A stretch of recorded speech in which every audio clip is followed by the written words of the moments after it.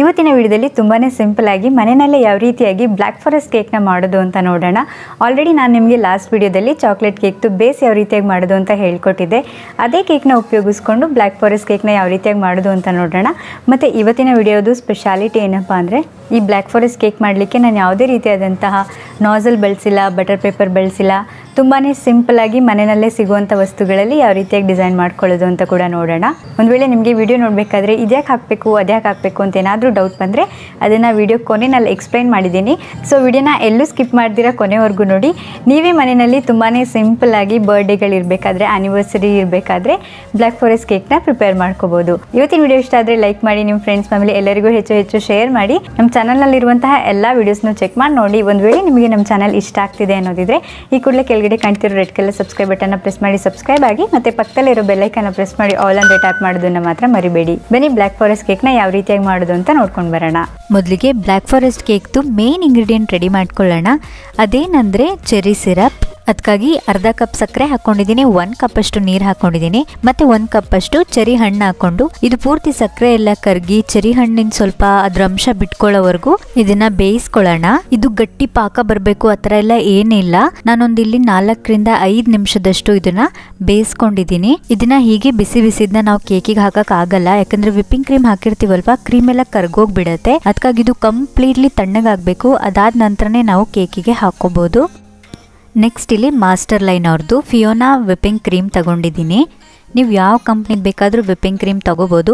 Whipping ಕ್ರೀಮ್ನ use ಮಾಡೋಕ್ಕೆ ಮುಂಚೆ ಯಾವಾಗಲೂ ಒಳ್ಳೆ ಶೇಕ್ ಮಾಡಿ ನಂತರನೇ ನಾವು ಯೂಸ್ ಮಾಡ್ಕೋಬೇಕಾಗತ್ತೆ.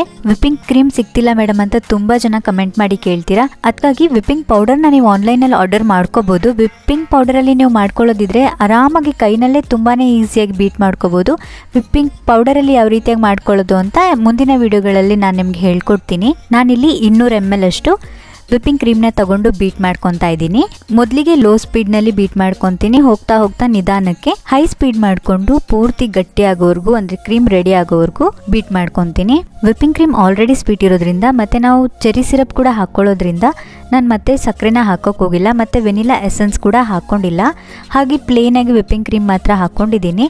ನೋಡ್ತಾ ಇದ್ರಲ್ವ, ಈ ರೀತಿಯಾಗಿ ಉಲ್ಟಾ ಮಾಡಿದರೂ ಕೂಡ ಕ್ರೀಮ್ ಬೀಳೋದಿಲ್ಲ. ಈ ರೀತಿ ಆದಮೇಲೆ ವಿಪ್ಪಿಂಗ್ ಕ್ರೀಮ್ ರೆಡಿ ಆಗಿದೆ ಅಂತ ಅರ್ಥ.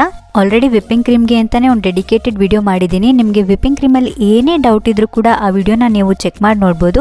ಆ ವಿಡಿಯೋ ಲಿಂಕ್ನ ಕೆಳಗಡೆ ಡಿಸ್ಕ್ರಿಪ್ಷನ್ ಬಾಕ್ಸಲ್ಲಿ ಹಾಕಿರ್ತೀನಿ. ನಾನು ಕ್ರೀಮ್ ಹಾಕಲಿಕ್ಕೆ ಈ ರೀತಿಯಾಗಿ ಮನೆಯಲ್ಲೇ ಸಿಗುವಂತಹ ಕವರ್ನಲ್ಲಿ ಕೋನ್ ಶೇಪ್ ಮಾಡಿ ಇಟ್ಕೊಂಡಿದ್ದೀನಿ.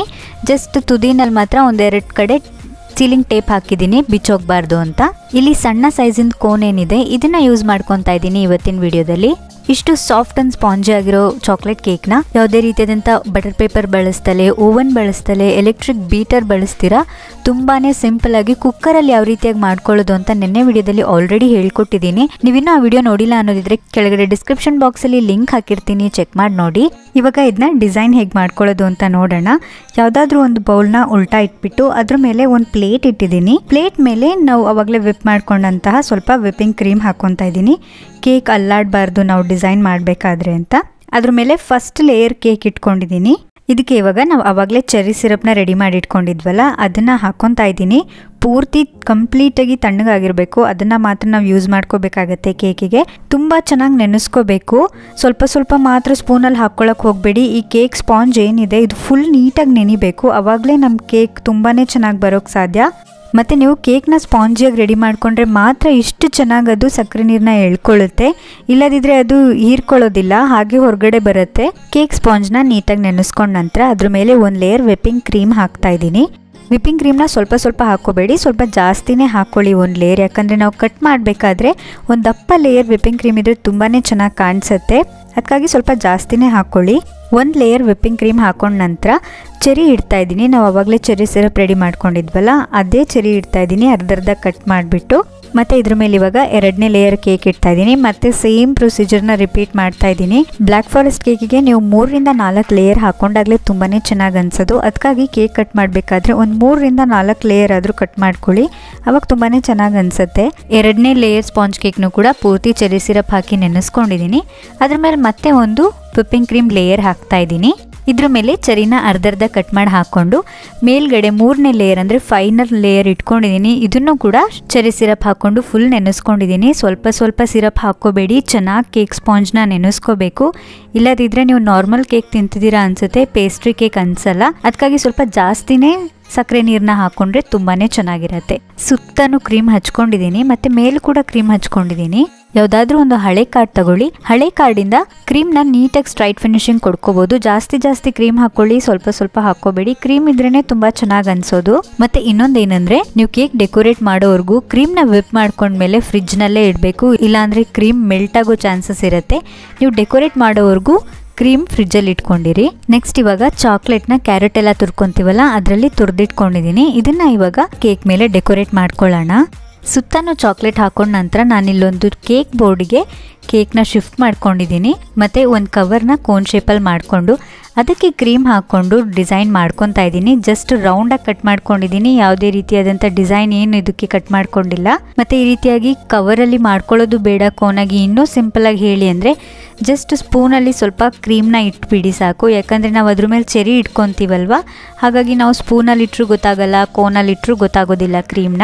ಮತ್ತು ಕಿಟ್ಕ್ಯಾಟ್ ಚಾಕ್ಲೇಟ್ ಇಟ್ಕೊಂಡು ಡೆಕೋರೇಟ್ ಮಾಡ್ಕೊಂಡಿದ್ದೀನಿ.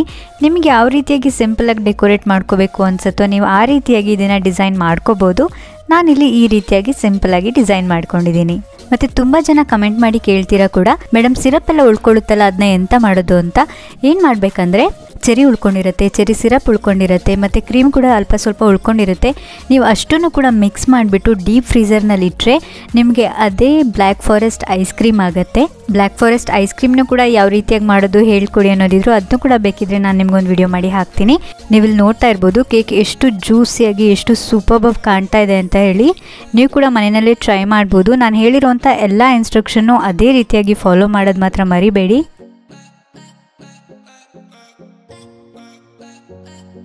ನೋಡಿದ್ರಲ್ವಾ ಚಾಕ್ಲೇಟ್ ಮತ್ತು ಚೆರಿಯಿಂದ ಎಷ್ಟು ಸಿಂಪಲ್ ಆಗಿ ಬ್ಲ್ಯಾಕ್ ಫಾರೆಸ್ಟ್ ಕೇಕ್ನ ಮಾಡ್ಕೋಬೋದು ಅಂತ. ಒಂದು ವೇಳೆ ನೀವು ಚೆರಿನ ಹಾಕ್ಲೇಬೇಕಾ ಅಂತ ಕೇಳೋದಿದ್ರೆ, ಹೌದು, ಬ್ಲ್ಯಾಕ್ ಫಾರೆಸ್ಟ್ ಕೇಕಿಗೆ ಚೆರಿ ಹಾಕಲೇಬೇಕು. ಚೆರಿ ಇಲ್ಲ ಏನು ಮಾಡೋದು ಅಂತ ಕೇಳೋದಿದ್ರೆ, ನೀವು ಚೆರಿ ಹಾಕಿದರೆ ಮಾತ್ರ ಅದು ಬ್ಲ್ಯಾಕ್ ಫಾರೆಸ್ಟ್ ಕೇಕ್ ಆಗುತ್ತೆ.